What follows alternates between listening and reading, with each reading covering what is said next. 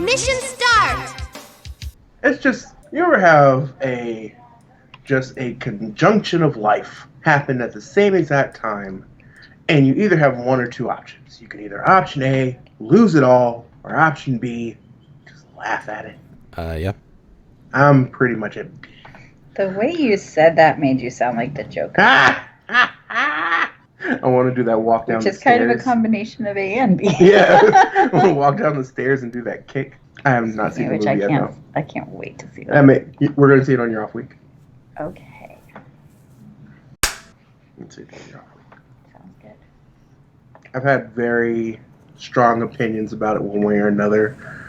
There's been everything from it's a fantastic standalone movie, but that Joker would never work in a Batman movie at all. Mm-hmm. To it's an okay movie, but it hits a string in people's psyche so much right now that it gets hyped a little bit more than what it should. Oh, I've been hearing from lefties that it's like a weirdly good and unexpected, like solid critique of capitalism, but that the depiction of the people, basically the people that end up rioting, it's like the response to that is just to like go all mindless and crazy and shit, and it's like, well, we have some better ideas than that. Not to say that like that would be a particularly riveting drama film, but you know, there's kind of like more to our motives than like just take to the streets and bash the shit out of everything. And right.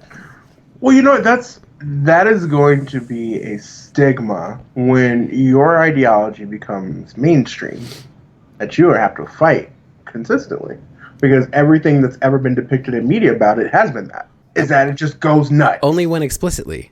Because that kind of thing is depicted in media constantly. It's just like it's not often recognized by mainstream audiences that's what's being talked about, because it's so not a part of our cultural lexicon, you know? Right. Mm-hmm. And so in an instance of a movie like this, which is like tackling the kind of alienation people face under capitalism so directly, and then dealing with the consequences of it as if like, I mean, I haven't seen the movie, and I do want to. I was actually thinking about maybe checking it out tomorrow morning, but well, let's table this for now, because I imagine I'm going to have a lot more to say about it once I see the movie and see if it's even like makes any sense to fucking interpret it through that lens. But a lot of people are saying it, not just like specifically leftist sources. Like that seems to be just a thing that the film is about, like on its sleeve.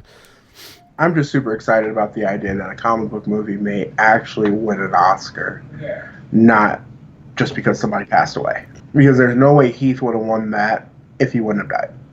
It wouldn't have happened. They just did it because he passed away. I don't know about that. That was I think it would have been an amazingly awesome performance. It was good, but I don't think it would have gotten the hype that it got if he wouldn't have passed away.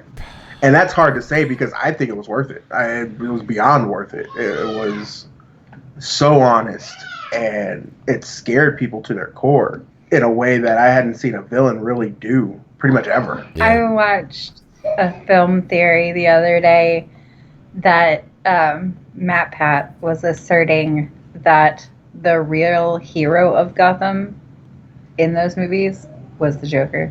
Huh. That's interesting. It was compelling. Yeah. Yeah. Yeah. You should watch it. Oh, I will. It's fascinating. Yeah. Thought Slime had a video about whether or not Batman is a fascist. That's tough.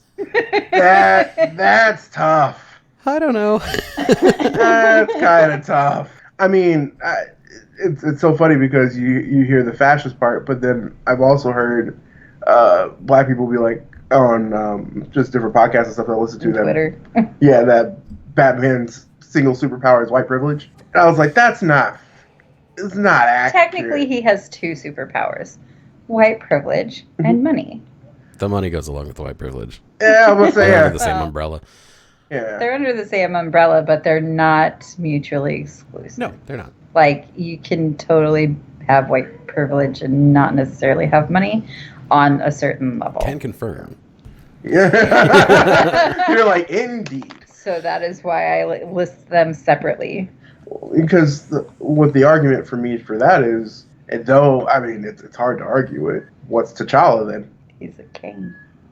Yeah, but it's in a still nation where there are no white people. yeah. Yeah, but he still keeps his kinghood by being the guy who beats the other guy physically. Like, Yeah. Yeah, like true. his entire claim to power isn't. I mean, it's not even like your standard traditional monarchy because it's not lineage. He happens to be the son of the previous king, but like he also beat the shit out of another dude for it. Yeah, and has And to that's the constantly only keep proving it. yes, that's the only means by which anybody who is king can be challenged by anybody else. And if the one guy beats the shit out of the other guy good enough, he wins and is king now. Not super democratic. Yeah, well. Don't like it, step up. Wait, what? Can we talk about it first? Can this be a conversation? No? All right. Throw hands? Cool. They made it look good by showing that he has like the nearly unanimous support of the people, but like that doesn't make the method of succession any less clearly anti-democratic. Yeah. Just rough. At least undemocratic. I don't know if it's anti, but no, it's anti specifically because it like includes no facets whatsoever of democracy. So it's also anti-democratic. I mean, Shit. they had that. Well, okay. I hate this because it's ruining Black Panther for me, and I hadn't even thought No, about go this. ahead. Well, no, What are and, you and saying, honestly, this is kind of this conversation may go a really, really weird way. this might not be about conspiracy theories at all. When you think about the way that Wakanda's ran with the tribes and everything, isn't that close to what you guys are kind of looking for? Other than the rulership, Yeah. I would guess it's kind of close. You know, I haven't actually watched that movie in, I don't know, a year or so. And I hadn't gone like full commie filth until just a few months ago. So I think I would need to rewatch it and kind of with that lens more firmly in place, kind of examine it a little more closely. Because yeah, that's a good point. Yeah, because technically the council made all the decisions for the most part for Wakanda. Well, that's just- still representative democracy. Then that's not necessarily that's not flat. That's still hierarchical. Okay. So this got off Hello, weird. everyone, and welcome to We Have Some Thoughts, where this week you might think we were doing some kind of like leftist media critique and analysis, but we're not. We're talking about conspiracy theories. Specifically, wait, were we going specifically like believable ones or just funny ones or strange ones or? I had put in the ideas for believable ones, but then I started looking through what I could find, and they're just like, I mean, I think mine's slightly believable, but I don't know what RJ was. I had one that's believable, and I have one that's just far out there. So I kind of have a combination of both. I have two that are believable, and Okay. and one of them is believable because it's confirmed to have actually fucking happened. Oh shoot! You're up. Yes. Okay, I will do that then. Okay, so first of all, to clarify, and definitely to give credit where it's due, I got both of these from videos by Bo of the Fifth Column.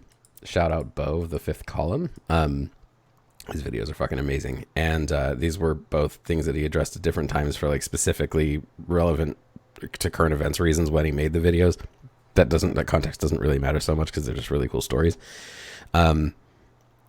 But I wanted to make that very, very clear because I don't know how much of what I've written here that I'm going to read I am quoting him directly, but enough that I should cite him. So I'm going to have videos, links to both those videos in the description because this is none of this is originally me. Like it's my writing, but it's all Bo's presentation, like just transformed into Christopher speak. just to make that clear, so that my sources are not I'm not hiding sources and being dishonest. Okay, so I have two. We'll do the true one last. Okay, so the first one I've titled Kennedy's Secret Antifa Green Berets. And the legend is that in the fall of 1961, President Kennedy met with a small group of selected Green Berets and had them swear an oath that should the U.S. government ever become tyrannical, as defined by specific criteria he laid out, that they would partner with the citizens to train them in insurgency tactics to battle the corrupted government. Yo. Right? That Dude, sounds like such a Kennedy thing that to does do. sound like something he would do. It's such. Oh, Check no this. wonder that man got Like why? assassinated. Well, if that were true, though, certainly they would be partnering with citizens by now. Well, Whoa. there. Okay, Bo addresses Yeah. this in the video, and I want to bring that up. So I want to first of all, there's evidence. I don't want to say for it, but around it, like on public record, stuff we know for sure, and it all kind of gives you a reason why maybe we can infer that that legend is actually true. Though again, this is unconfirmed. But so that in the fall of 1961, Kennedy did actually go to Fort Bragg, North Carolina, which is where the Green Beret Central HQ is located. He went to their headquarters, and this is again documented. This is on record. He did go to Fort Bragg and meet with a personally selected list of specific special forces operatives in October of 1961. I think it was the 12th. So there he did have a meeting with a list of Green Berets he had personally chosen for participation. This meeting was private, and if there was a record kept of its proceedings, that was never made public record, but we do know the meeting happened. Upon Kennedy's assassination, a group of 46 Green Berets traveled from Fort Bragg to D.C. 21 of them served as his honor guard. That was unprecedented and has never happened since. Like no president in U.S. history has ever had that treatment by any branch of the military. The orders of the other 25 have not been made public record. They didn't participate in the funeral proceedings. They were in D.C. doing something else. Nobody knows what. So according to the legend, after the funeral, the honor guard stayed alone with Kennedy's casket, and Command Sergeant General Francis Ruddy, removed his beret and placed it on the casket. That specific tidbit can't be proven because they were alone and nobody was recording it. But what's weird about that is that Ruddy's beret is the only permanent military display at the JFK Presidential Library. Yeah. Even though Kennedy himself served in the Navy. I was like, wasn't he a Navy man? So a couple of decades after the assassination, there was this like white nationalist racist newsletter that published a story about a special forces underground. And that should have been some crackpot nonsense, but so the context of that was that the claim being made by the newsletter was that Special Forces Underground was specifically like a white power organization within the Green Berets. That was apparently enough to cause concern with the Department of Defense because they investigated it. And the full report has never been declassified, so it's not public record. But they did acknowledge to the public that they investigated it and that it is not a racist organization. So apparently it does exist. It is an organization and specifically not a racist one. But it exists. Like whatever this thing is, it's a real thing that exists. Not to say it's definitely the thing we're talking about, but something called that is recognized within the Special Forces community. Oh, and why that's made even more credible is because the person who made the claim taught at the SF school. Don't quote me on that. I didn't write that down. But this is a person who might have had access to the kind of people who would know this shit for real. And to this day, a group of active duty Green Berets travels to Arlington every year to hold a remembrance ceremony for Kennedy at his grave. And that's another thing that just doesn't happen for other presidents. Yeah. So not confirmed at all, but there's something to this. It sounds like. Absolutely. And I want it to be true. Oh, so the reason why they aren't doing it now, or a possibility that he throws out was he made this video. I don't even remember how long ago it was now, because so fucking much has happened in this presidency. So much so that stuff that happened 6 months ago feels like forever ago. And also you didn't remember it until somebody else brought it up. Do you remember when Trump was trying to suspend habeas corpus? So that's what this was about. And supposedly one of the criteria that Kennedy laid out to the guys that swore the oath was that should a president or the body of government in general attempt to, or actually do, suspend habeas corpus, that's one of the things that's supposed to kick these guys into action and get them training. Now Trump was not successful in that suspension. But I guess the idea is had he been, we might be living in kind of different reality right now. That is nuts. That is completely believable. I know, right? And I want to believe it's true so bad because it's given the fact that the tradition of the remembrance ceremony continues this many years later, that it's still done yearly and with all the, solemnity in the world, that's about more than just the fact that Kennedy like vocally supported the existence and the expansion of the U.S. Army Special Forces, because he was like a vocal proponent of the Green Berets. But if all he had done had amounted to giving them more money and power within government, I can't imagine like they would carry on that kind of tradition, and that it would happen generation after generation of dudes. Yeah. No, it would have had to been something like that was just now instilled into like the berets, like, hey, this is just what we do.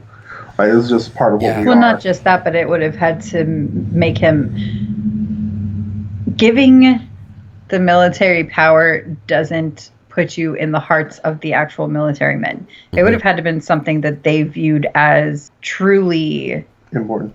Not just important, but respect worthy. Yeah.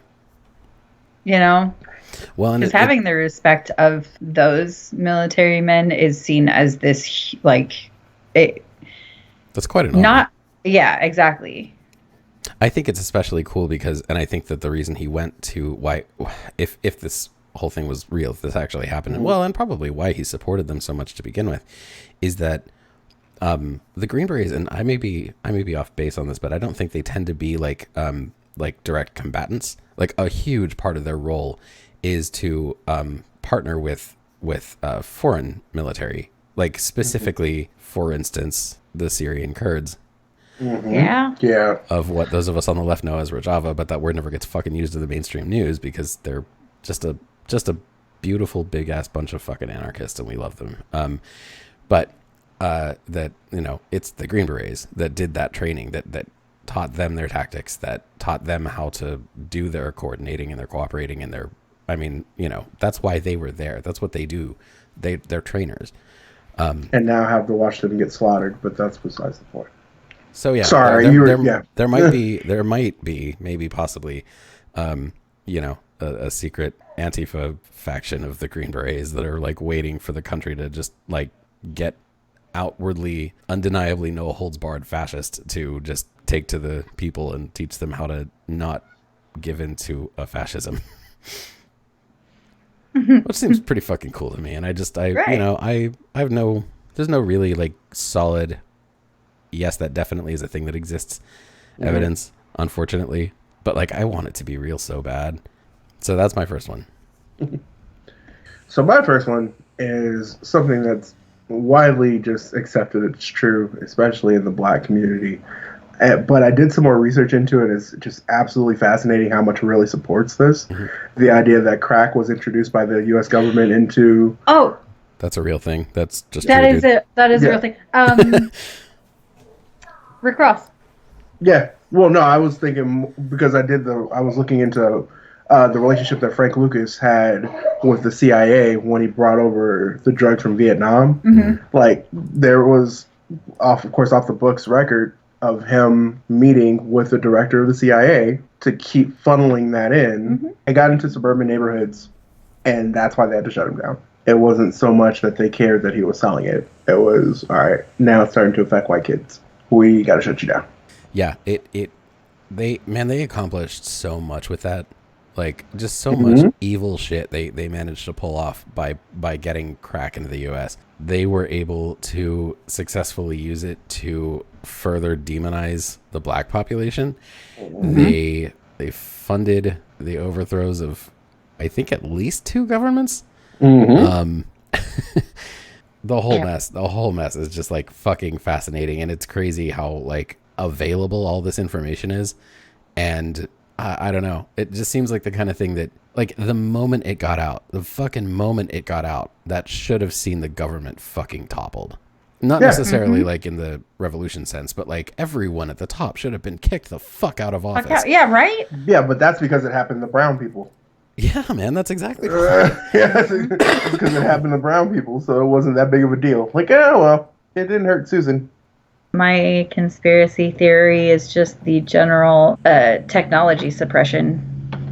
What do you mean? Oil companies stifling the creation or expansion of electric cars for so long.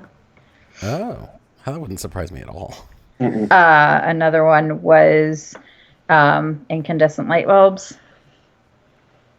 How the creators of incandescent light bulbs. Hold on. Where's my phone? Oh, like worked to keep fluorescents and LEDs from becoming mainstream? Yeah. See, because because you incandescent. buy less. Exactly, because they last longer, so you wouldn't Yeah. buy as many. So they intentionally made incandescent light bulbs the mainstream and stifled the others because it was like mutually assured something. I can't. Hang on a second. I'll find it. You go ahead next. Or bring up more information about this or thought processes. Yeah, well, I'm thinking about it. So I find that entirely plausible because, I mean, just one of the things that capitalism in general depends on is the perpetuation of its own markets. And so, like, in the case of something like lighting, if it would have been possible to make commercially viable LED bulbs 20 years ago, and I don't think it was yet, that in whatever case, it would totally be in the best interest of the manufacturers of the traditional incandescent bulbs to keep that kind of technology from becoming mainstream and getting really a foothold in the market, because obviously it does mean just like necessarily fewer units sold, unless they could engineer some kind of a way for those bulbs to fail on the same at the same rate as traditional incandescents. And I don't know whether that's possible. That's an interesting question. If that's something they could have engineered specifically to make sure that, like, after whatever 4 months, they would just stop working. Which, if you got that found out, though, then you would get that slap on the wrist that you wouldn't look forward to getting, because then you would have to answer for it. I'm not sure that you would.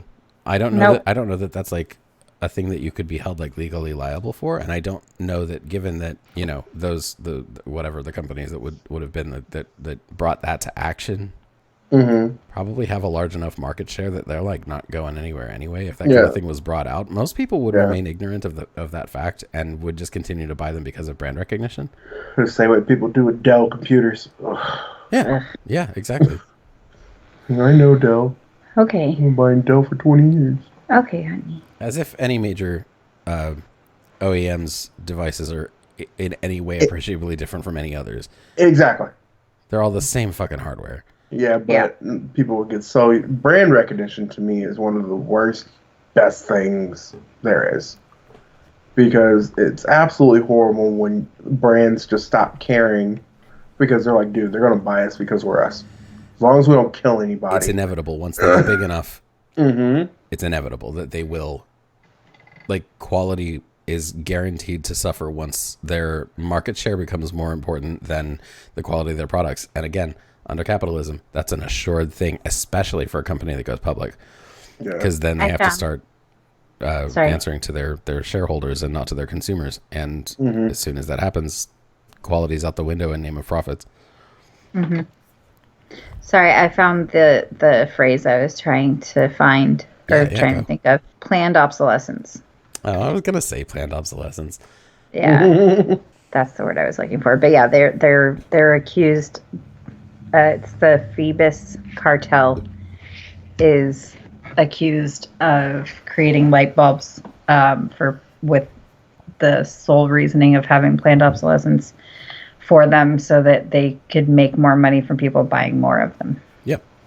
Which again, under capitalism, is the only thing it makes sense to do. Yeah. Yeah. Like, we have to keep you wanting it. Like, we can't make something that's going to last you for too long, because then technically you're not going to buy anything else, which then how does that help profit share if you're not buying anything else? Because you don't need to. And then the more outlandish conspiracy theories in that realm were that the government or other like private entities like firm whatever, you know what I'm talking about, right? I do Thank get you, you. yes. Okay, cool. Are basically Thank they're you for hiding. checking in on that, by the way. I appreciate that. No problem. sorry, the more outlandish ones are that they're hiding the fact that perpetual motion and cold fusion are actually a thing. So that's Okay, like yeah, that's where it gets outlandish. believable to the outlandish. Yeah, I would love that to be true. Again, that would be fantastic. It just not obviously because it's completely disregarded or actively hidden. I guess if in the case of the conspiracy theorists' perspective, if those principles had been discovered, right, and technology is able to leverage them or developed, like, sucks that that's not out in public view, but like the very moment it became public knowledge, it would become it would be snatched right the fuck up by somebody, people, whoever, the fucking physics geniuses, basically tech geniuses. What would absolutely suck is that their very first step beyond developing it, like after they got whatever working they needed to get working to supply infinite energy or whatever, the very first thing they would do after developing that technology and getting it working would be to find a way to fucking monetize it. Yeah. Mm-hmm. Well, first they'd patent it. Well, yeah. That's the first step. Yeah. And then they would monetize it. Right. That way they are the only people that can get the money from it for so long. I would love to read the arguments of anybody who actually believes that a perpetual motion machine had been invented. And then I would also love to examine all the ways in which that person doesn't know fucking anything about physics. Because that's literally impossible. Mm-hmm. Cold fusion may or may not be impossible. Although when we say cold fusion, we need to be clear that I don't think anyone like who could be taken seriously actually believes, like, when we say cold, we don't mean like room temperature fusion. Like, well, not literally that cold. was but that's the thing is cold that the theory of cold fusion is at or near room temperature. Okay, that's not as possible. Far as the conspiracy theory goes, I think that it seems to be that every once a decade or every 5 years or so we find a new material that's able to maintain like a stable fusion reaction chain at lower and lower temperatures, but that those temperatures are still in like the thousands of degrees. Exactly.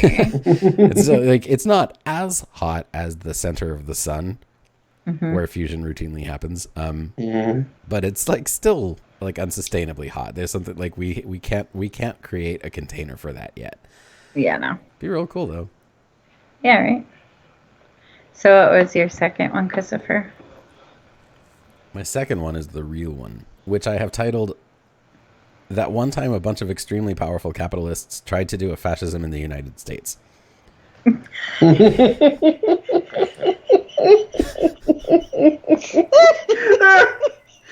That sounds like a title card for a Tarantino movie. Oh my gosh, yes! So it does. Oh, fuck. That's fantastic. That sounds like Chapter 9. No, Tarantino should make a History of the World Part 2. Oh, God. So I can hear the N-word 37 times? Hard pass. At least it's... That would be so great for you. Yeah. I did tell you that came up in the group chat. No. The idea of should white people be allowed to say the N-word because it's in music? Like, we were watching that the other day, and then it hit the group chat, my old college group chat. Oh, your old college group. Okay, so they were probably watching it too. Mm-hmm. I thought you meant the group chat from the guys at work. I was like, wait a second. I'd let all you them and a bunch of white guys were. Yeah, no, I'd let all of them have that. That would have been different. Well, the conversation was still weird because you had half of us on the fence about whether or not you should even say the word anymore. Mm-hmm. Like whether or not it should exist. But since it does exist, should there be certain people who are allowed to say it? And even like people who aren't white, like should you allow people who are of other ethnicities to say it? I was like, yeah, I don't know. I think I'm so wishy-washy about this. Yeah, you are. Because, but it's okay. Because in my head, I'm like, if it's in music, if you put it in art, you've set yourself up. If you've allowed people to view art and to be appreciative of that art, you should allow them to be able to express that art. But that word could also get you killed. Mm-hmm. in the wrong setting. Mm-hmm. So maybe it's best not to say it at all. Mm-hmm. Does that make sense? Yeah, it does. It totally does. I've been kind of like wrestling with where I stand on that exact question for a really long time. By the way, I know it's so off of conspiracy theories, but it led into that. And That's okay. um, uh, I well, for one, I think I've kind of avoided like forming an opinion on the specific question because it's one of those places where I just like, is it weird commenting on it? yeah, for sure, Yeah. because it's like, what the fuck business is it of mine to decide for minorities like what their representation should look like in popular culture, right? As far as like if I'm like Sorry, divorcing myself from, oh, I'm sorry, go ahead. no, not to interrupt, but now, honestly, this is perfect. Do you feel more or less that you should have a stronger opinion about this now that your nephew is part black? Not really. Okay, I was wondering. I was like, No. because now that brings it a little bit more closer to home. I've known some people who are like white, like, and have had this conversation. Like, it doesn't hit them at home at all. Mhm. Like, it's whatever. But it hits you a little bit more home now because technically this is stuff that affects somebody who's going to be around you. Yeah, that's totally fucking awesome that that's a real thing that happens. Mhm. I love that. That's the kind of study that seems to come up like over and over and over again, and it's weird that like how often it doesn't get reported on. Like that it's a pretty clear thing at this point that people who might describe themselves as being against whatever particular thing, whether it's interracial relationships or trans people fucking existing or whatever thing that the conservatives don't like today, that the like from the very first time that person has a conversation with a person of the group that they have so far claimed to disagree with or whatever, like immediately their opinions about those issues become more amenable. All it takes is like any amount of personal exposure to a person of the identity that you think you're against, and suddenly you're a little bit less against it, and through more exposure. And again, it's nothing coercive, right? It's nothing that's like specifically designed to change minds about stuff. It's just like, hey, you person who thinks that trans people aren't real, here's a trans person. Why don't you two just talk a bit? And they talk a bit, and now suddenly the conservatives like, well, I guess I could see why whatever kind of thing. It's exactly the same for race relations. Everything that is supposedly some kind of a political division. It's like the first, as soon as you start talking to somebody who is the thing that you think you don't like, you start to just be less anti-it. As long as you're open to it, because you sometimes have people who are just so locked into this. See, that's not a factor. That's the crazy thing. That's not a factor. Well, it depends. It depends on what their level of interaction is. Because RJ watches a thing on YouTube and listens to the podcast when he's not watching it on YouTube by this Christian comedian, Kev on Stage. It's called Aska, where they have different people on and then they ask them. Like, they've had a millionaire on, they've had a drug dealer on, they've had gay people, they've had a trans person, they've had a porn actress. And the second, pretty much the up until they had the gay person on, because that was the first like thing that hardline Christians are like, no, up until then, like a good portion of his audience were Christians, because he's clean, he like claims himself to be a Christian comedian. He actually does a lot of church shows. But as soon as he had a gay person on and wasn't like trying to save him, then they were like, "Oh, I'm not rocking with you anymore." I'm getting like, with you. This isn't of Jesus. That's kind of that's different. Yeah, that's different than what you're talking about. Yeah, you're talking about in a close proximity with somebody. I'm saying one-on-one. Yeah. The only thing that gives me any pause about that, and mostly I only see it with older and younger. Older, and I unfortunately I've been victim to it when they're, and not just when it comes to race, but just with things. When I'm stuck here, this is where I believe I should be, it's hard to be able to get me over here. So when I believe this about something, if I'm older, even if I meet somebody who's completely contradictory to what I believe, and I'm willing to sit and talk to them. I'm still going to be I'm hard not for me to going move me over here. to listen to your point. Like, I'll Yeah. sit there and talk to you so that I can bring you over to my side, but I'm not Right. giving an inch Well, to no. yours. See, these are popular narratives that don't turn out to be true in practice. Again, I mean, I've seen them, but Yeah. it's. I'm sure there are outlying. I mean, I'm sure there are situations and factors Yeah, where you I'm see sure it be 9 different. times out of 10, like, you could meet in the middle somewhere.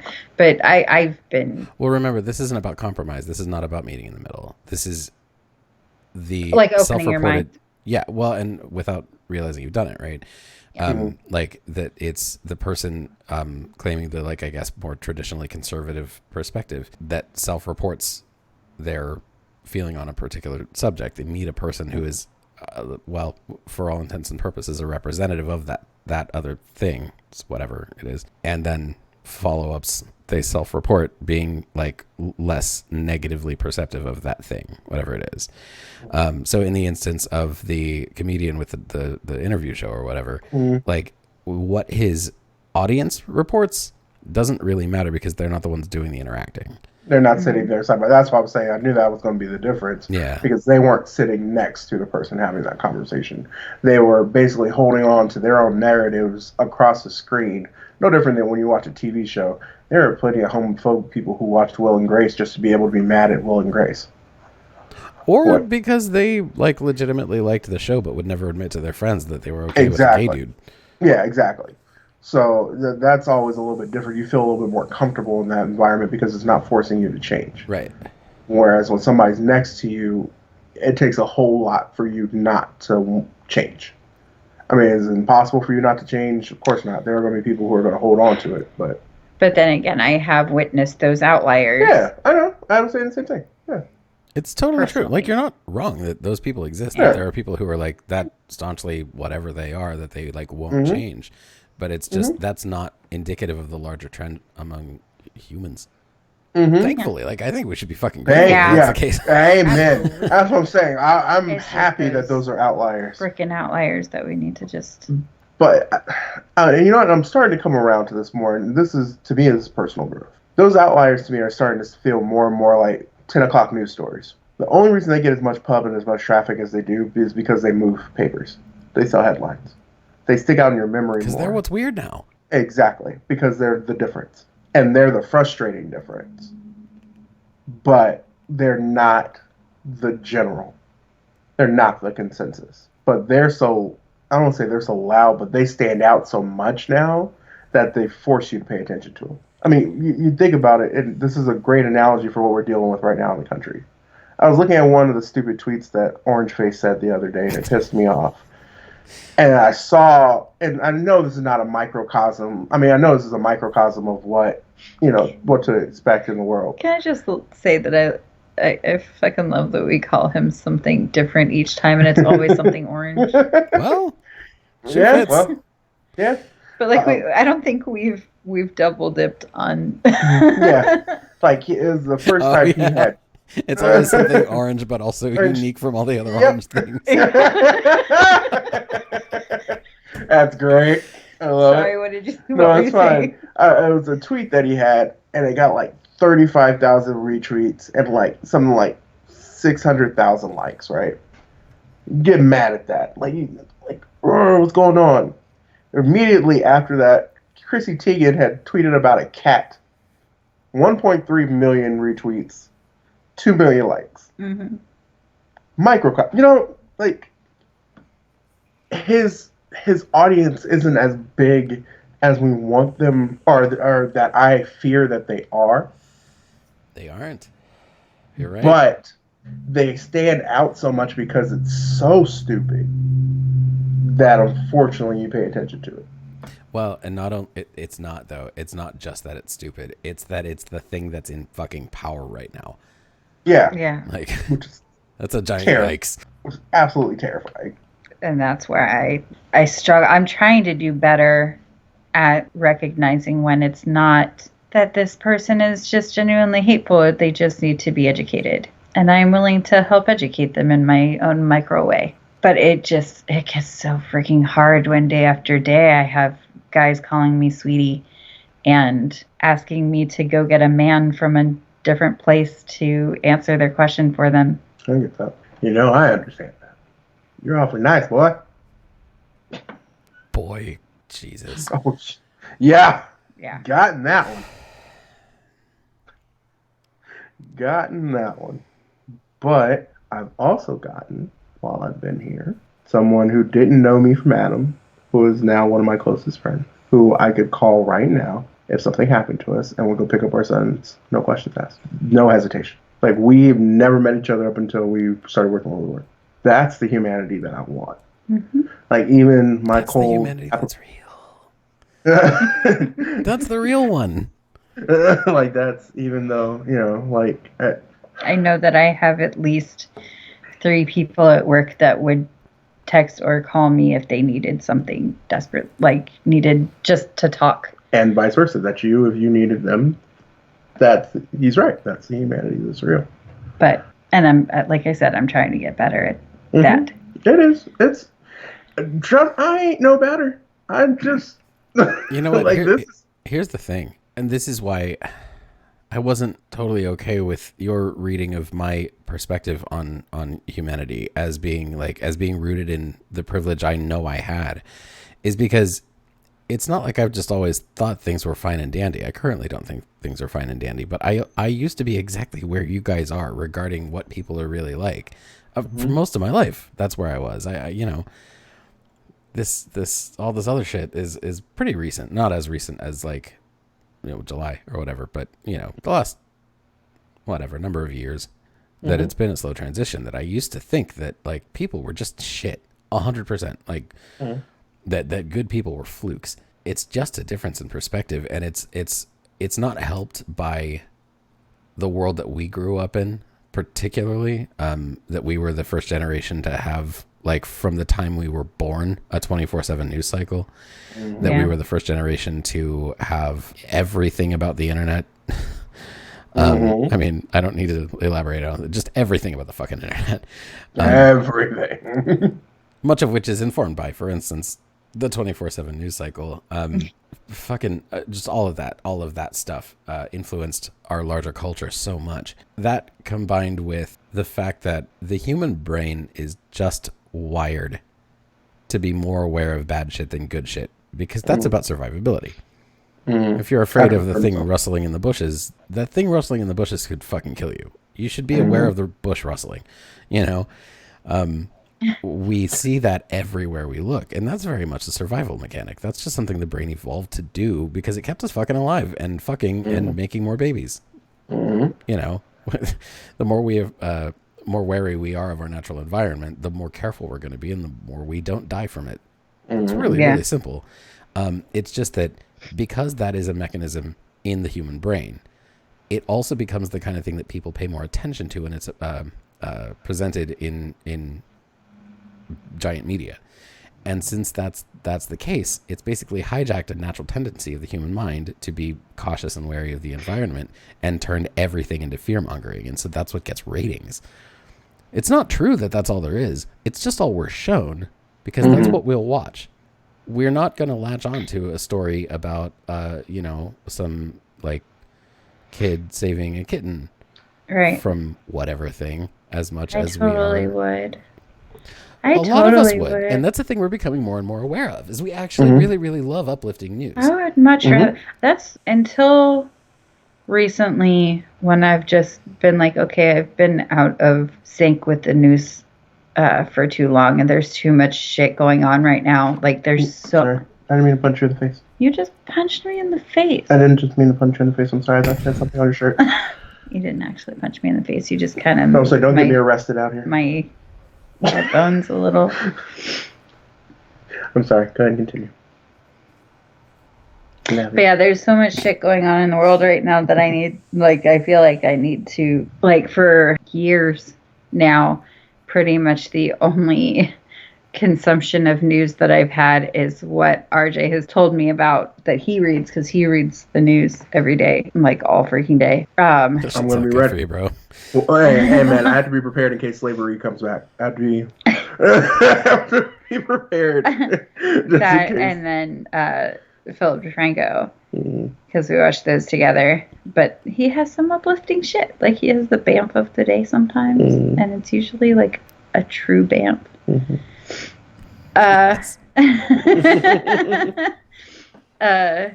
But you know, those were basically, I only trusted RJ to tell me the important shit because, you know, you can't really trust every news place.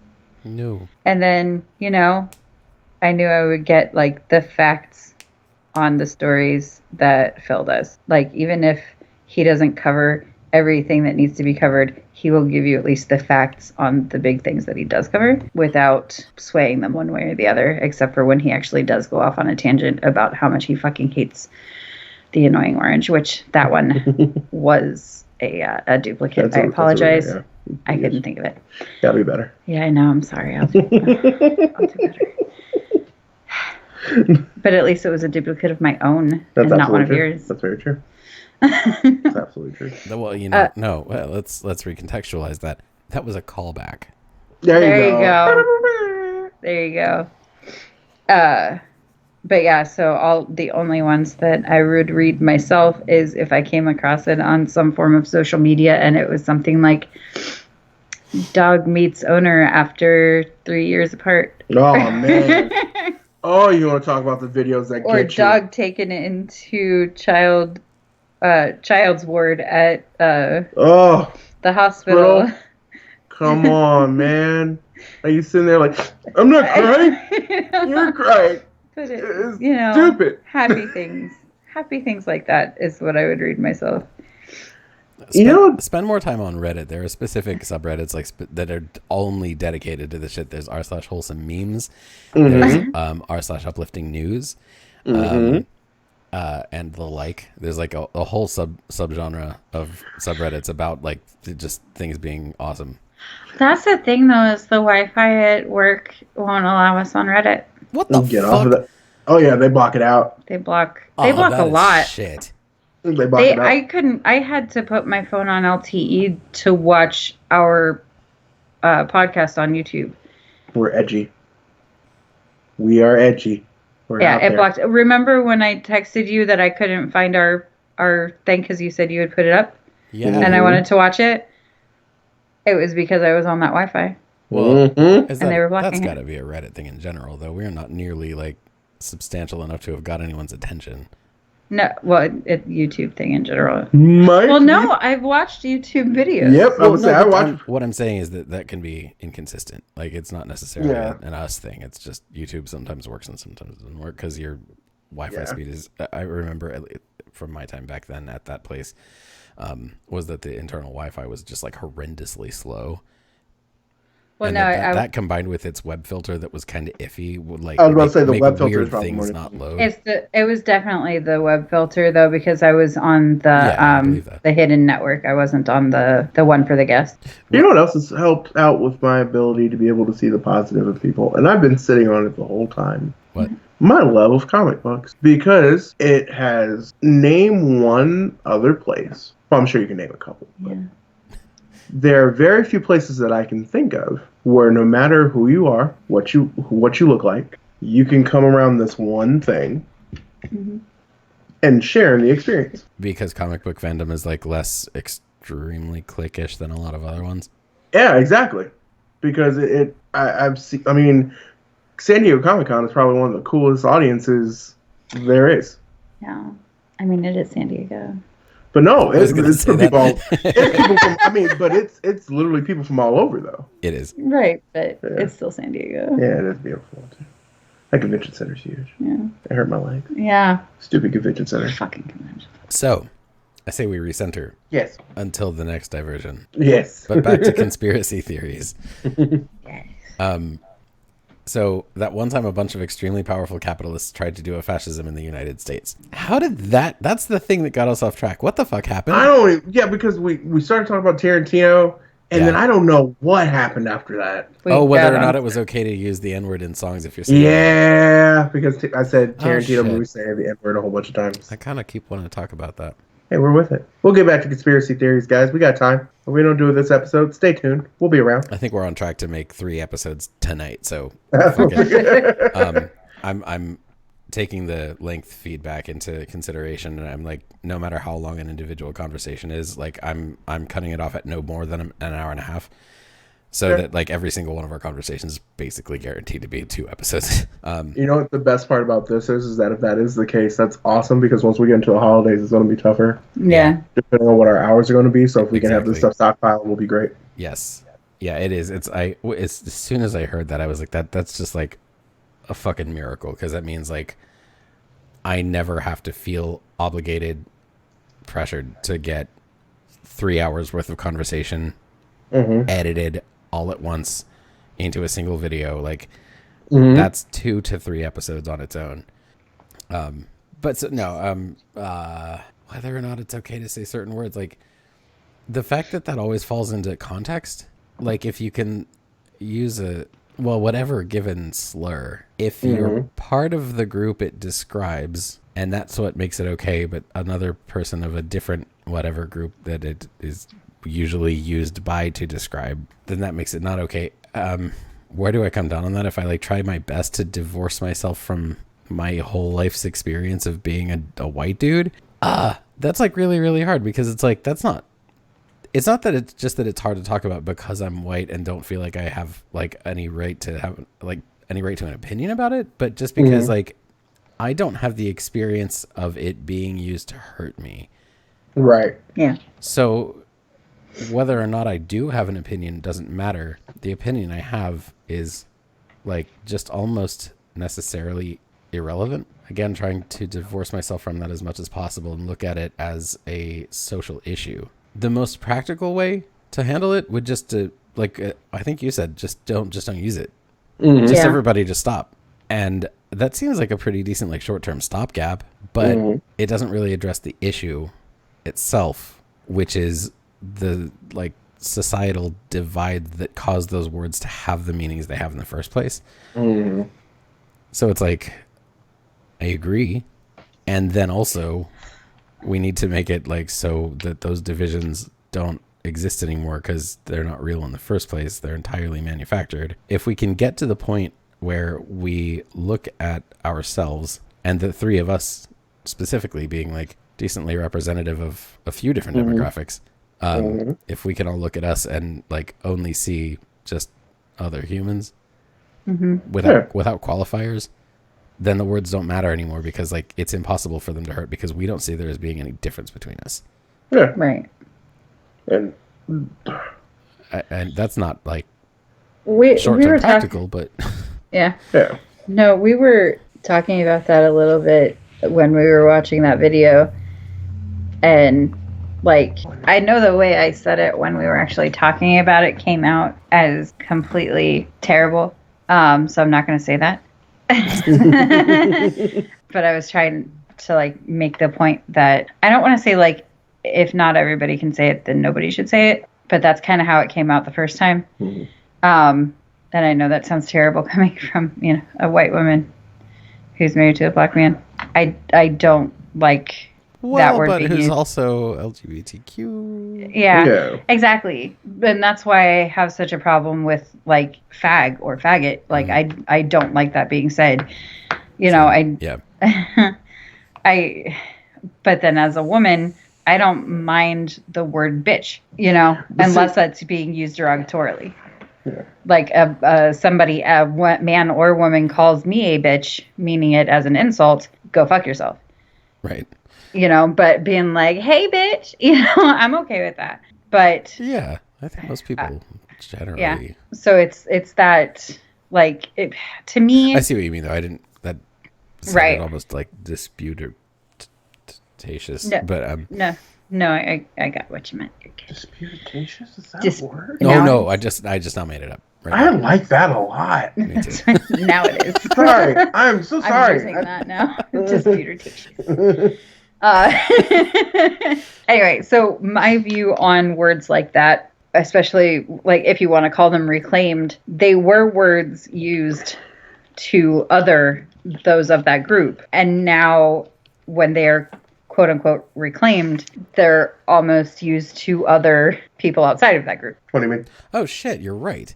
What do you mean? So oh my god, that's white really people fucking can't say insightful, the N-word dude. now Thank you. White people used to use the N-word to to make black people other.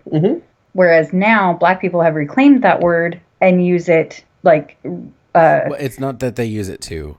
They've Right, reclaimed it as a term of empowerment, but the fact that it's now exclusive to black them, people. it others everyone else. Oh, wow. I'd never even thought of it that way, but you're absolutely right. So that's why I don't like any words like that being used at all. It's not because and for viewers who are going to jump on the reactionary bandwagon. Because you know that's coming. It's not about white people being disempowered. In the case of the F word, it's not about straight people being disempowered. It's about the fact that it reinforces division. To be very fucking clear, because he is better at the actual wordsmithing than me. Well, I just understood what you were getting at. Good take, though.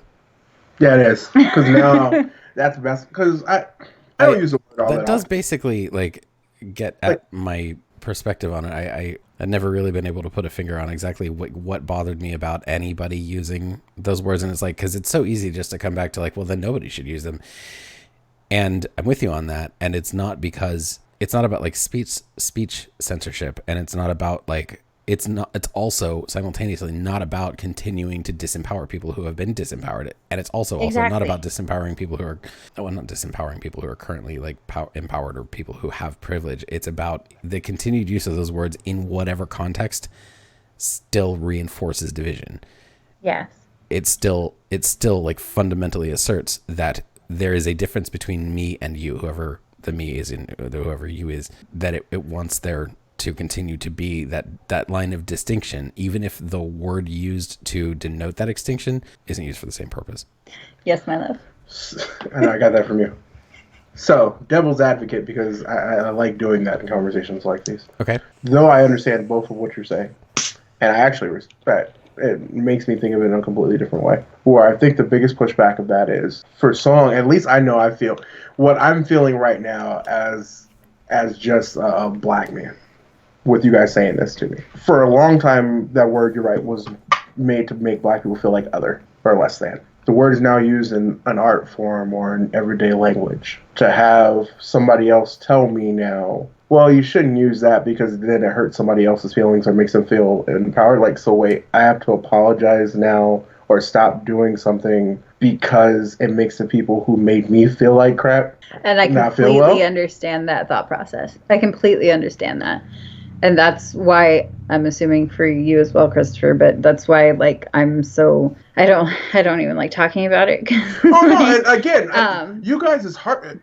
No. And this is where this conversation gets weird. I know. Okay. I know. Like I'm not saying that on you guys. To. All I'm doing is playing devil's advocate. I know that. I know that 100%. I'm not explaining this for you because I know that that's what you're doing. Yeah. I'm explaining this for viewers who may be feeling that exact same way. It's not about stopping saying it so that those of us who can't say it will feel better. It's about unifying as the human race. You know, it's about not othering people, even if it's not an intended othering. It's you've been othered for so long that that's all you know. But here's another way of kind of looking at it. Yeah. Can you make that sound less? Yeah, I think I can. If RJ, if you can restate that to me or elaborate a little bit, because I want to understand the point. I don't agree or disagree. I'm not 100% on what you're proposing. Yeah. So I mean, the hard part about what you guys said, even though I completely understand where you're coming from. So going down the timeline, that word was used to make just. Using the N-word, I'm not going to use. Using the N-word as just the example. It is kind of the king of examples too. So it's exactly. Yeah, so that term was made. That term was made to make black people feel less than, not as important. Yes. Significantly less. Not human. Exactly. Yes. I'd probably honestly say around late 80s, early 90s. The term was re-engineered to then become a term, almost like a source of empowerment, or a reconditioned word, as it's been now called, for black people to feel something good about it when they hear it. To give them to bring solidarity to a community. Yeah, that exactly. The powers that be have meant to splinter for Exactly. generation after generation. Absolutely, it's been a solidarity thing. Yeah.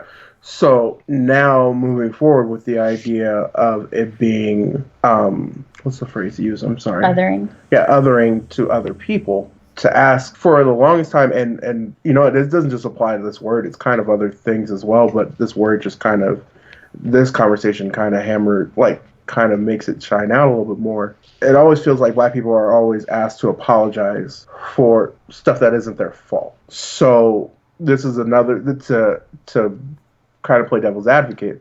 This sounds like another one of those times where you're asking people who felt disenfranchised to apologize again or to stop doing something that wasn't their fault to begin with. That's exactly what makes this such a tricky thing for me to fucking comment on. That gets at the fucking heart of it for sure. Because I recognize like it from both directions as something that has been, the fact that it was reclaimed, although not exclusively, and I think that's maybe part of the problem with it, is that it's not 100% reclaimed. There's still plenty of problems with fucking white people using hard R version of it, but well, and even that seems to speak to the evolution of the concept, right? The fact that we distinguish hard R from the not that, and that even the hard R is not okay for black people to use. Like nobody would say that. That would be. I've seen somebody get punched in the jaw. Another black man for using a hard R in front of somebody older. Yeah. This dude was 45. He laid him out cold and then gave him a history lesson. In a way, that one is particularly loaded because we think of it simultaneously as the same word and not the same word. We go so far out of our way to maintain the distinction between ER and A, but not so far that your average white dude can use A and claim he wasn't saying ER, right? So this is one with a particularly complex history.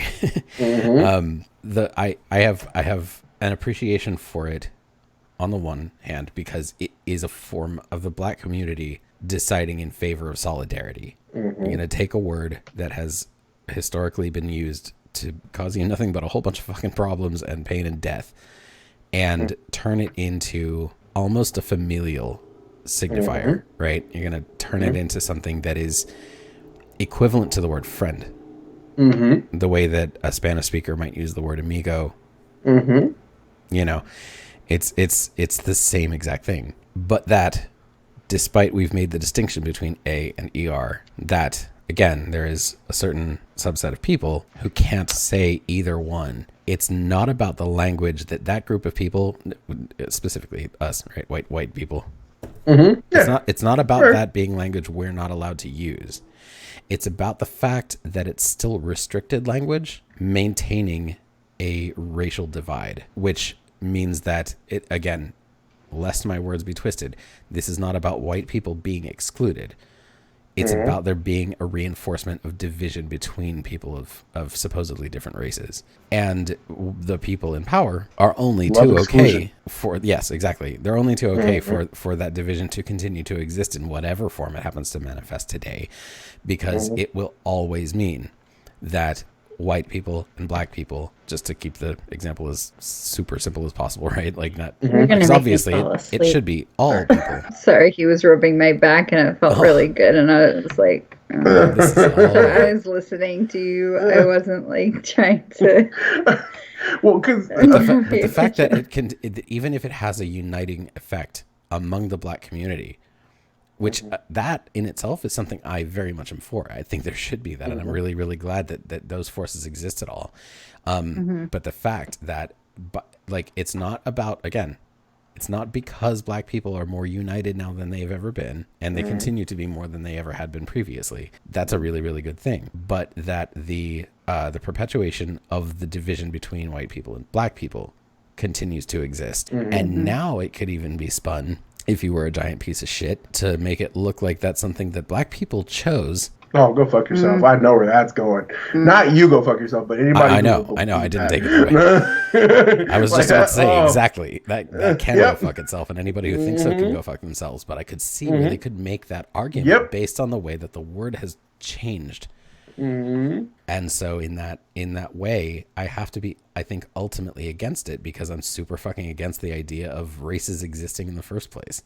Yeah. I'm not okay with that because it's fucking untrue. Not races existing like The any concept of of them races as we currently have them. Yeah. Because individual culture celebration is something Should that I just I'm like all scream for. white power and get it over with? I'm waiting for the Nazi sign to drop from the back part of your wall over there. Boom. Like, oh, okay.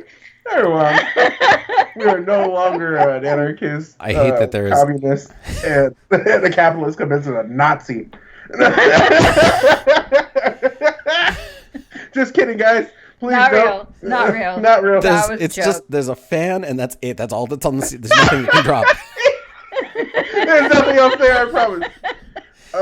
No, I hate the notion of race because it does nothing but convince us that there are people out there who are not us, and like that's not even fucking true. That's not a real thing. We are all just human, and we have different fucking melanin concentrations. That's it. That's as much as you can get out of race.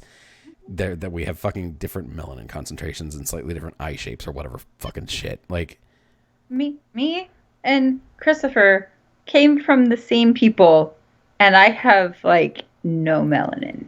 None. as far as you can tell on this image, I don't either, but I also am capable of tanning, and she's not. Girl, I told you I was done petting you. She's like, no, you're not. I'll tell you when you're done petting me, sir. You just do what you're told. I'm old. Me too. Come on. I don't feel old. I don't either. I don't feel young either. Like, I feel exactly like I've always felt, which is like kind of generally shitty. That's how I feel with my hips now, so I understand. So, that one time a bunch of extremely powerful capitalists tried to do a fascism in the United States. Okay, so bit of backstory. So there was this Marine. This whole story takes place in the early 30s, although not this backstory bit. That's what makes it backstory. It happens before the rest. Right. So there was this Marine, Major General Smedley Butler. And he was one of the most decorated military officers in American history. His career includes service in the Spanish-American War, the Filipino-American War, the Boxer Rebellion, the Banana Wars, the Mexican Revolution, World War I, amongst several others. Campaigns in several South American nations. He's one of only 19 people ever to be awarded the Medal of Honor twice, among just a whole fucking host of other accolades and honors and medals and awards. So that's your backstory for a little bit of who Major General Butler was. So FDR was fighting the Great Depression, and he hired a whole bunch of socialist thinkers and activists to help him think up ways to basically restructure the U.S. economy instead of taking matters into their own hands and doing it themselves. And a whole bunch of extremely powerful and wealthy capitalists were not pleased about this. Some of those named included the Morgans of J.P. Morgan and Company, later J.P. Morgan Chase, Prescott Bush of the fucking Bushes, the DuPont family of DuPont, later Dow. They saw what the fascists were doing in Europe, and they thought America could like use a little bit of that in it. The way that they had like military veterans more or less taking over governments. So they gathered up funding, which is reportedly in the range of about $3 million. And remember, like, this is 1933. So that's equivalent to about lot of money. $60 million in 2019 money. This was meant to fund an army of about 500,000 men to march on Washington, overthrow the government, and install an American dictator. Goddamn. Whoa. Yeah. This was called the business plot. Later, it became known as the business plot. Given his highly distinguished military service record, they thought that Major General Butler would be the perfect guy to like lead this army and take up the dictatorship. There was like kind of a hitch though, because throughout his military service, Butler had come to understand that the majority of what the U.S. military does is about furthering the business interests of the wealthy elite. Owing to this, he went full-on anti-capitalist in his retirement. So that wasn't going to work. So he was a comrade, and when they approached him with the plan, he took it straight to fucking Congress. Yeah, That's awesome. I know. That's amazing. Like, hey, they're planning on fucking shit up. Yep. To get his thoughts on this, In 1935, he published a book with the fucking scathing title, War is a Racket. Yeah. It fucking is. Also in 1935, I don't know if he wrote an article or if he was quoted in one in the socialist magazine Common Sense. Quote, I spent 33 years and 4 months in active military service, and during that period, I spent most of my time as a high-class muscle man for big business, for Wall Street and the bankers. In short, I was a racketeer, a gangster for capitalism. I helped make Mexico, and especially Tampico, safe for American oil interests in 1914. I helped make Haiti and Cuba a decent place for the National City Bank boys to collect revenues from it. I helped in the raping of half a dozen Central American republics for the benefit of Wall Street. I helped purify Nicaragua for the International Banking House of Brown Brothers in 1902 to 1912.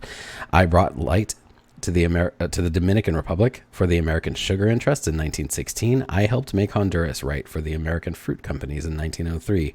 In China in 1927, I helped see to it that Standard Oil went on its way unmolested. Looking back on it, I might have given Al Capone a few hints. The best he could do was to operate his racket in 3 districts. I operated on 3 continents, unquote.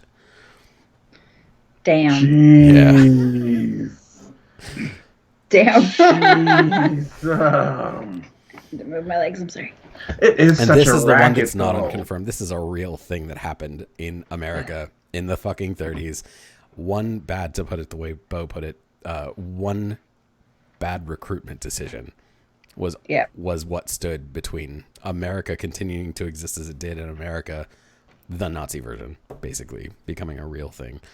Man. Crazy. That's crazy. It's fucked because that happened then. Like it's fucked enough that it happened then. Mm-hmm. It's, I think, extremely more fucked when you acknowledge that like that exact thing could happen at any moment. There's always the possibility that enough rich people get together and just like throw a shitload of money at a bunch of people who are only in it for the money and just buy it. Actually march on Washington and actually overthrow the fucking government. And I mean, like, and that's, you know, leaving ideals aside, something I wish we were able to do, but like we can't because money. But like the people with money could literally do it fucking tonight if they wanted to, and it would work. Yep. They could buy their way into an entirely new government. Yeah, but why a moment's notice? Yeah, but why overthrow it for the most part right now it works for them. Well, that's exactly why they don't do it, dude. Yeah. I was like, if it stopped working for them, then that'd be something different. I mean, they already put their money into getting the laws changed that made their money more untouchable. So, like, the fact that they already do, they don't need to have a military campaign against it. They don't need to have that kind of a response. They just throw money at it, and less than they would to raise an army, honestly, to buy the politicians, well, to pay the think tanks that lobby the politicians to... et cetera, et cetera. They just do it in such a roundabout way that you can't stop it. Well, and that's what's best for them too, right? Like, and also, not just that you can't stop it, but that you can't even notice it. You can't fight against it if you don't notice it. Even if you do notice, it doesn't really matter because you don't have the money to fund counterintelligence operation. But I think that's unbearable because it's something that is actually true that literally happened. No qualifiers. It's just fucking history. And to realize that they finally, somehow, they came to understand that they never needed to do that in the first place. All they had to do was just kind of reallocate some of their dollars, and then they could get into politics really directly. Like, they didn't need to buy an army to fucking overthrow Washington. They just had to like buy the politicians directly. I was like, just buy a couple of politicians, make it seem like they're doing it for the good of all the people, allegedly, and then boom, you're in there. Which is where we find ourselves now, and that's crazy. But they got their way. They still did it, even though they didn't actually manage to literally overthrow the government and install fascist dictatorship in the U.S. in such a direct and literal way. Like, they still accomplished the same fucking task. And we're living that fucking future right now. We're in it currently. Yay! So what was your second one, Mine wasn't even... I'm done. Like, I'm... listening to that story, I'm retired. Like I. What was your outlandish one? We can have a good little laugh instead of all Oh, this okay. holy shit. Yeah, it was completely outlandish, and then I just was doing some more research while we were waiting. And it also got proved to be untrue unless they hit it. Oh no. Um, They there's always hit a it. there's a installation in Alaska called HARP, Oh, yeah. which apparently is being used for mind control And weather. and weather control. From Yep. Alaska. Yes, from Alaska. Okay. It is Love it. it is a government installation. Hold on, I was just looking up. Now, the only reason I say it got proved to be distrue, which makes me very unhappy, is they opened the doors up to it the other day. This true? This true. RJism. This true. This the unintrude. This the unintrude. But no, it's a military installation that allegedly is being used for a radio frequency transmitting facility. Allegedly. But we all know that it's being used to be able to eventually mind control people. So yeah. is the claim that it's currently responsible for mind control, or that it's like It's in the works for mind and weather control. It's being used okay. as a facility to test mind control and weather control technologies. Okay, well, yeah, you choose someplace like fairly remote. You don't have to worry about it being like too catastrophic if it goes wrong. Yep. Okay. Only things around there to see are the whales. Mm-hmm. That's it. That's only if you're on the coast. Exactly. Yeah. Because Most of then it's when bush, caribou, man. Most of it's just fucking deadlands. Yeah, you don't even have like caribou. caribou, bro. You might have like a stray wolf. Oh, so Or bear. Bear. Well, Bear. I mean, they're the occasional lone wolf, but they're pretty like you don't want to fuck with them. Yeah, because there's something wrong with them. They're by themselves. So they went that far away from the pack or something. Well, It's not if fair. they get Or the kicked rest of out the of the pack, they actually go like a little. For the rest of the pack, kicked them Oh, out. how weird. Super social animals that don't do well in isolation. Maybe we I could learn a know. thing or two from them. Holy shit! Wolves are so awesome, though. Just as a pack animal, they have a hierarchy. You know who your alpha is. They don't have alphas. But wolves have alphas. No, they don't. No. Am I about to blow your mind with more shit? They don't. No, they don't. That's one guy observing wolves came up with that theory of their social structure. Mm-hmm. Okay. That same guy later realized he was wrong, published his findings, and the narrative of alpha and omega wolves is already so fucking established in the mainstream culture that like his redaction of his own work did not fucking, it didn't hold up. But like it was what he was observing because was everybody wolves is in captivity, and with the supposedly alpha wolves were just the fucking parents of the mini pack. Yep. Basically, that's just what I just read too. Is that alpha males are just a breeding animal? So basically, that's they're just the daddy. They're just That's the the dads. point. Yep. Mm-hmm. They're just the grumpy daddy.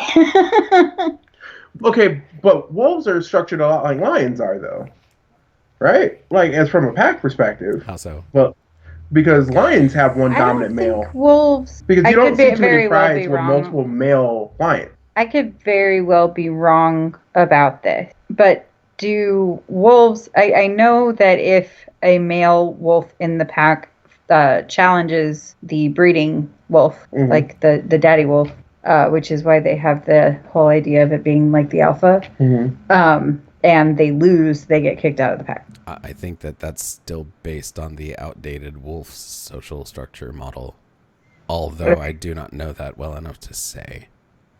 That I love animals so much that this has just made me like, oh, I'm deep diving into this. I'm so curious. But I was gonna say that I don't think it's like I don't think that they kick all of the male wolves out of the pack, kind of similarly to how most Yeah, you are correct, man. male lions get kicked out. I am saying correct, and I am sorry, guys. Don't be sorry, dude. This is the thing that most people fucking believe about wolves. Most people believe this, and it's fucking completely wrong. Yeah. But no, wolves. Yes, this is one of they the most infuriating fucking things to me is like how like the dude, the single fucking dude who published that finding is like, this is how wolf society works.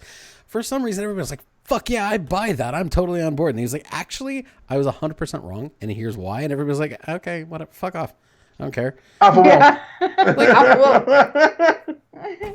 Why do you love that idea so much, but like you're completely opposed to the actual fucking truth? I don't understand that, and that really pisses me off. Yeah, because it's a lot cooler to think of wolf as a family structure where you just have your primary male, but then you also have other males and females in the pride. I mean, in the pack. Because they're not lions.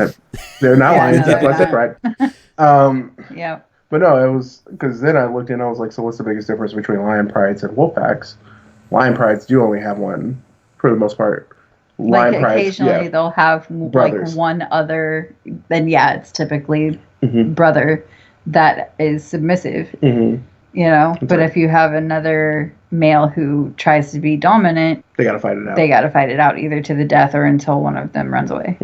That's fascinating. I love animals. Yeah, right. We could learn so much from them. They get by without money. Or we could start accepting the fucking fact that we are them. Yeah. Yeah. That's another kind of exceptionalism that I think that like we could really, really benefit from dying is if we just let the thought fucking go that there is anything that separates us from what we call animals. I've got into that a little bit before, but like I really mean it super fucking literally. We are like, we have what we think of as language in a way that as far as we know, most not all, but most other animals don't have. Although even that kind of idea is getting crushed more and more all the time with more fucking research, with cetaceans actually having unique names for each other. At this point, can we even say dolphins don't have language? Is it even correct to say they don't? Whales do. Yeah. All whales have languages. Right. Like you can tell, like just watching freaking documentaries, you hear them going off. You hear them talking to each other. Yeah, like one it should be will really make a simple noise, to observe. and the one next to it will make a noise in response. That is them speaking. They're communicating with each other, and it is a language. Just because we will never understand it, to at least in our lifetimes, doesn't mean that that's not the case. And cats. I was just gonna say cats. Like hundreds of unique sounds. Oh, well, the crazy thing about cats is cats adapted to the presence of humans, or, well, maybe it's more correct to say we adapted to the presence of them, because like cats don't, they're not verbal with each other. Cats communicate with each other almost entirely non-verbally, but when a human enters the equation, they start making noise because that's how we communicate. Yep, so they're like, here, I'll talk to you the way that you'll understand. Yes. Which, fuck anybody who wants to disagree. That seems pretty fucking intelligent to me. It's a little bit, yeah. To adapt to another species. How can you say they're not like intelligent creatures? Yeah, no, I'm with you 100%. It's really, really, really fascinating, and then it also like makes me. I have this massive isn't right. I've got enough of a body of knowledge all up in my brain about how fucking like us the creatures we call animals are, showing more and more all the time that the divides between us are not entirely artificial. I mean, like, you can't like look at any given animal and say that's a thing I sympathize with without it exhibiting some of the characteristics you feel you have, because that's just not how empathy works. You know. Yeah. But like, to know beyond all shadow of a doubt, like to have that certainty that they are actually just like us in so fucking many concrete ways. And I'm not vegan, and I don't know what to do with that, because I really should be. We'll see. Okay. Well, okay. I disagree. I disagree entirely, because even other like there are plenty of animals that are carnivores. I know that. There are plenty of animals that are omnivores. I know that, but what they are not capable of is the recognition of how do you know the ways in, because we haven't tested it yet. Okay, we don't know for a fact that they're incapable of understanding the differences between them and other creatures. What we hang on, give me a second. Hold on. Actually, let's get moral about this. Okay. Even if they were able, philosophical, but also it's about morality. Even if they were able to distinguish the difference between them as a species and other species, we can acknowledge that many of these creatures do not have intelligence on the level that we do. But even if that weren't the case, could we say that it was moral, that they recognize other creatures as being sapient, sentient in the same way that they are, and still kill them for food when you are, let's say it's lions. We were talking about lions. They don't really have a whole lot of options for food. They're carnivores. I mean, they can't survive on anything but animal protein. We have the fucking option. We have an option, and not only do we have an option, humans as omnivores, evolutionarily speaking, pretty recent thing. We were herbivores before we were omnivores.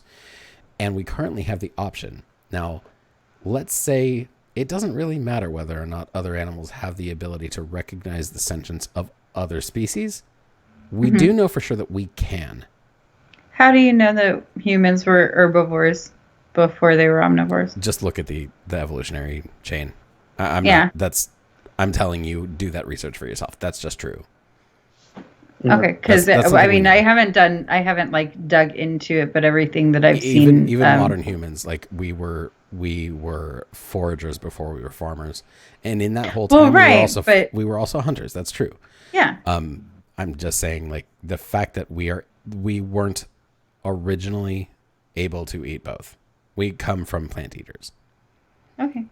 Which is why we can still do that. Although, again, even if I'm completely off base on that, if I'm fucking wrong about that, it really doesn't matter. It really doesn't matter at all, because we can subsist on a completely meatless diet. We can be fine with that. We can get all the nutrition we need without killing any other creatures to do it. Even if other animals were capable of recognizing that any other species was a different species, if they had that capability, that really doesn't matter for the argument that humans should be vegans, because we do know for a fact that humans can make that distinction. And because we can make that distinction, and we can make the choice to not kill any other sentient creature for food, can you make a moral argument that it's okay to do that? Because I can't. Even though I eat the shit out of all kinds of... I eat meat constantly. I don't think... Not 100%. I mean, like, the penne alla vodka I made the other night. Well, okay, not vegan, vegetarian. I still had cheese in it. Same with the Alfredo I made the following weekend. Had cheese in it, lots of cheese. Okay. But nothing had to die for me to eat any of that. But anyway, I ate a shitload of meat is the point I'm making. Yeah. Even though I cannot justify that being an okay thing to do. I can. Honestly, I don't eat that much meat anyway. You know. Really, the most I eat is chicken. I'll eat some ground beef, but it's not. I'm not like a huge meat eater. So like I can understand. When you say you're not a huge meat eater, you mean you don't eat a variety of meat? I don't eat a whole lot of like. How many of your meals contain no meat at all? Depending on what we're having. That's not a challenge. I'm honestly asking. I'm just curious. No, I know. I'm honestly trying to think. Because RJ's a carnivore. Through and through. But Through and through. I mean, I'd be fine with pasta, like even meatless, like sauce, just like tomato sauce, gravy, as it were. With no meat in it. Like I'd be fine with that, but I put meat in it because I know RJ and Child 1 are carnivores. I'm actually super traditional about my tomato sauce. I don't put meat in it either. Or like mac and cheese and stuff like that. So I can understand the argument of being vegetarian. Being vegan, I know a girl who is vegan, and I 100% love her because she is all about like, if you have questions about it, she will educate you, but she's not one of those pushy vegans that's like, how can you eat that stuff? You know? Better like, for a vegan not to be preachy. Agree. Yeah. But I mean, I can understand 100% the argument that you're making being more towards vegetarianism than veganism, because I don't understand the thought process of also not using animal byproducts. As long as you're not taking anything away from like their young, I understand like milk. See, I'm with you on that. I think that the way that those products are produced now is plenty of things to have problems with. Mm-hmm. Absolutely. Yeah, But right. that could be improved on the and same made page. better for the animal. Like that you can, hens are gonna lay eggs all the time, regardless of whether or not they're fertilized. Exactly. If they're not fertilized, they were never going to be an animal born. So given that they're such a ridiculous source of protein, why shouldn't we make use of that ridiculous source of protein? Also, they're delicious. And Yeah, there's fantastic. not exactly a way to fertilize them after they've been laid. Right, exactly. Like that is what you might think of as being a completely victimless act. So who fucking cares? Like, eat eggs. They're good for you. They're plentiful. They are going to happen. That's the thing, is like, no matter what level of human intervention there is or isn't, unfertilized eggs are going to get laid by chickens all the fucking time. So like, we can make use of that as a food source. It seems like a thing we should do. Right. Same with milk and all of its subgenres.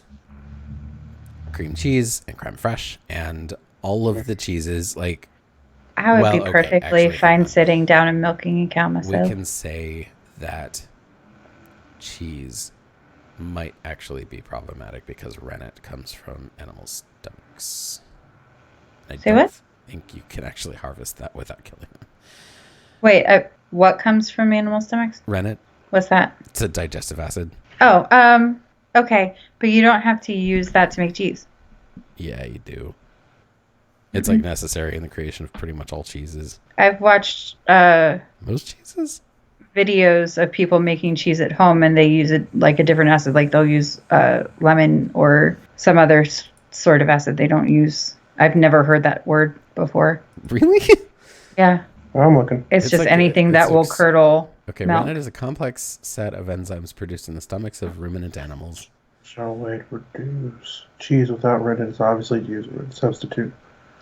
Oh, there's a vegetable rennet or a vegetarian rennet. Oh, fantastic. We're saved. Cheese is fucking safe. You're like, and cheese is back. I need cheese. I do too. Super need But, it. and that's... See, I'd be fine with I don't cheese, care how bougie that sounds. butter, that's and bread. If I can just have bread or pasta of some sort and cheese and butter. But that's what my whole thing is with why I don't think that full veganism is like the answer, because I don't think it's necessarily exploitative. I don't think it has to be. Yeah. To harvest the materials necessary to make those things. Again, provided nothing has to die to make it happen. And knowing the experiences of human women who are lactating and like if they should have some kind of a duct blockage or something, that's extraordinarily painful as I understand it. So like that shit needs to not be there anymore. That needs to get drained. Like there's like a whole fucking class of professionals whose job it is to make sure that women don't suffer from having too much milk in their boobs. Like, yeah. So it seems, I mean, I don't know. Does that apply to cows? I bet it does. I imagine it would. I would bet it fucking does. Right? I mean, granted, it would probably be like back in the day, especially higher class women, like people, like women from rich chicks. Thank you. Rich chicks would have wet nurses, like women who would like still be lactating from a child they had that they would hire to nurse their baby. Yes. And these women would continue to do that for different people. Like once that baby got weaned, then they'd get hired by another family to do the same for them. It's that same thing to where as if they're continually used, they don't dry up. Yes, yeah. If they stop being used, then they dry up. So I'm sure there are some vegans out there that are like, well, it is exploitative because these cows their udders could just dry up naturally. But I don't know why I said but I'm just saying, like, I could understand that the fact thought process that the animal doesn't have to suffer to produce the thing that we want. Now, that does get complicated though.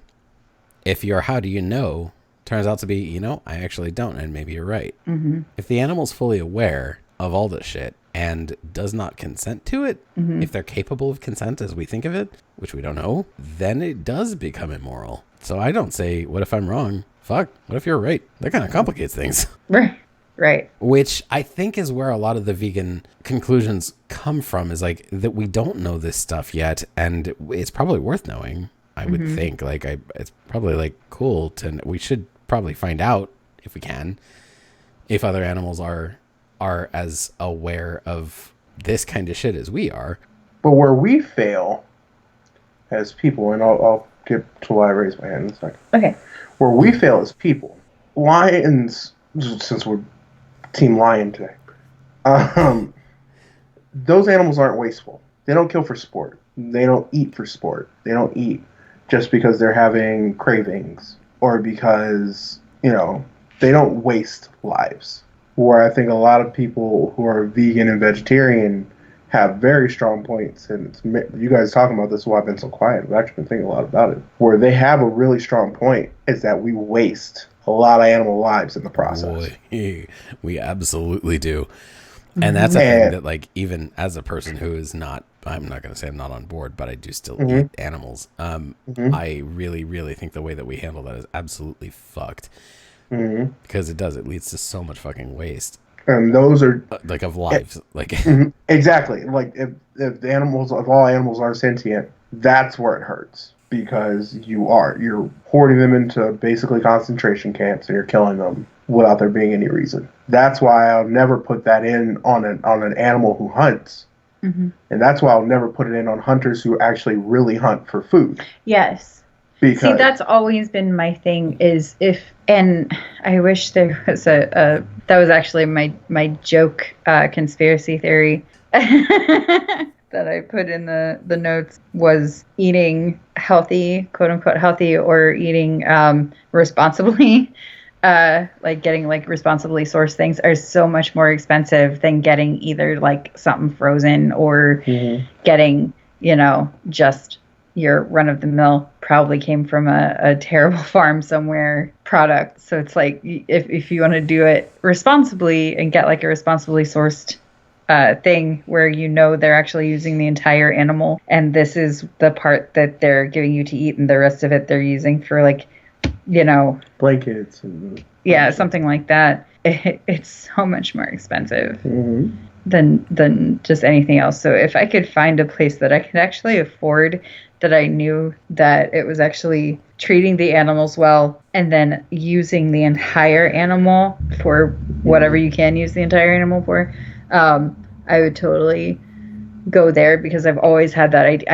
I've always hated hunting unless I knew for a fact that the hunter was using the entire animal. If you're going to hunt, make sure you're eating that entire animal, using its skin to make something that you actually need or that someone else needs, using whatever else that is inedible for something useful, not just killing it for sport and then letting it rot.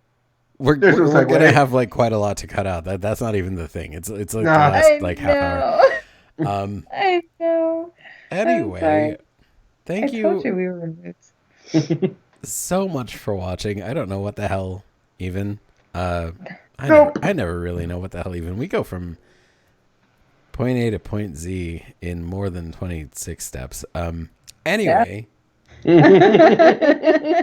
if you liked and subscribed to that video, please feel free to like and subscribe to us. And also Patreon is a thing that we're on.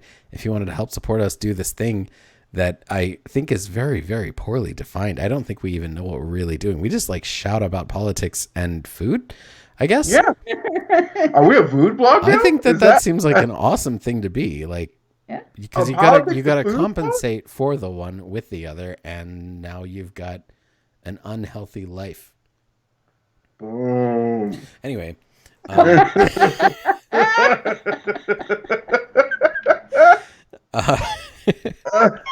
Oh my god, that's great. This explains all of America's problems. Anyway, thank you so much for sticking around if you did that for some reason, and as always, we love you very much. Bye guys.